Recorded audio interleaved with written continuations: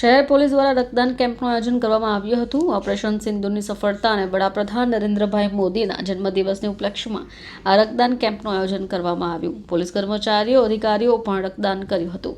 17 સપ્ટેમ્બરના રોજ વડાપ્રધાન નરેન્દ્રભાઈ મોદીનો જન્મદિવસ હોય ત્યારે શહેર પોલીસ દ્વારા ઓપરેશન સિંદૂરની સફળતા અને તેમના જન્મદિવસની ઉજવણીના ભાગરૂપે આ રક્તદાન કેમ્પનું આયોજન કરવામાં આવ્યું હતું। પોલીસ કર્મચારી અને અધિકારીઓએ પણ રક્તદાન કેમ્પમાં રક્તદાન કર્યું હતું। સુરત પોલીસ કમિશનર અનુપમસિંહ ગેહલોત પણ આ રક્તદાન શિબિરમાં હાજર રહ્યા હતા અને પ્રોત્સાહિત કર્યા હતા। પોલીસ કમિશનર અનુપમસિંહ ગેહલોતે જણાવ્યું કે જરૂરિયાતમંદ લોકોને રક્ત મળી રહે એ આશયથી આ કેમ્પનું આયોજન કરાયું છે, જેનો સમય સાંજે 4 વાગ્યા સુધીનો રહેશે અને જાહેર જનતા પણ અહીંયા પહોંચીને રક્તદાન કરી શકશે। વધુમાં તેમણે જણાવ્યું હતું, माननीय प्रधानमंत्री श्रीना जन्मदिवस આવતીકાલે છે।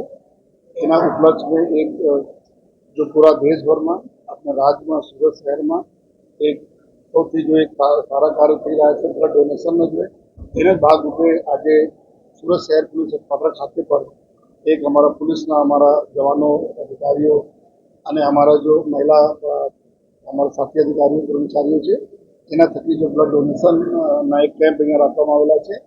જે हमारा બ્લડનો जो યુનિટ ભેગા થશે આ યુનિટ हमारा આ સમય એવા હોય છે જ્યારે ઘણા બધા લોકો જે અલગ અલગ રોગોથી પીડાતો હોય ચોમાસાને લીધે છે તો ત્યાં જો જરૂરત છે જરૂરતમંદોને મળે આ આશયથી જો આજના બ્લડ ડોનેશન એક કેમ્પ છે જો અને અમે બધાને અપીલ પણ કરીએ છીએ કે પોલીસ સિવાય પણ જો આ 4 વાગે તક ચાલુ રહેવાના છે। કોઈને અગર બ્લડ ડોનેટ કરવા માંગે છે તો અહીંયા પોલીસ તાલીમ કેન્દ્ર જો સુરત શહેર ખાતે આવીને બ્લડ ડોનેટ કરી શકે છે અને આપણે જો દર્દીઓ છે જેને ખરેખર જરૂરત છે એના માટે અમે લોકો આપણા કોન્ટ્રીબ્યુશન માનનીય પ્રધાનમંત્રી સાહેબની કરી શકીએ।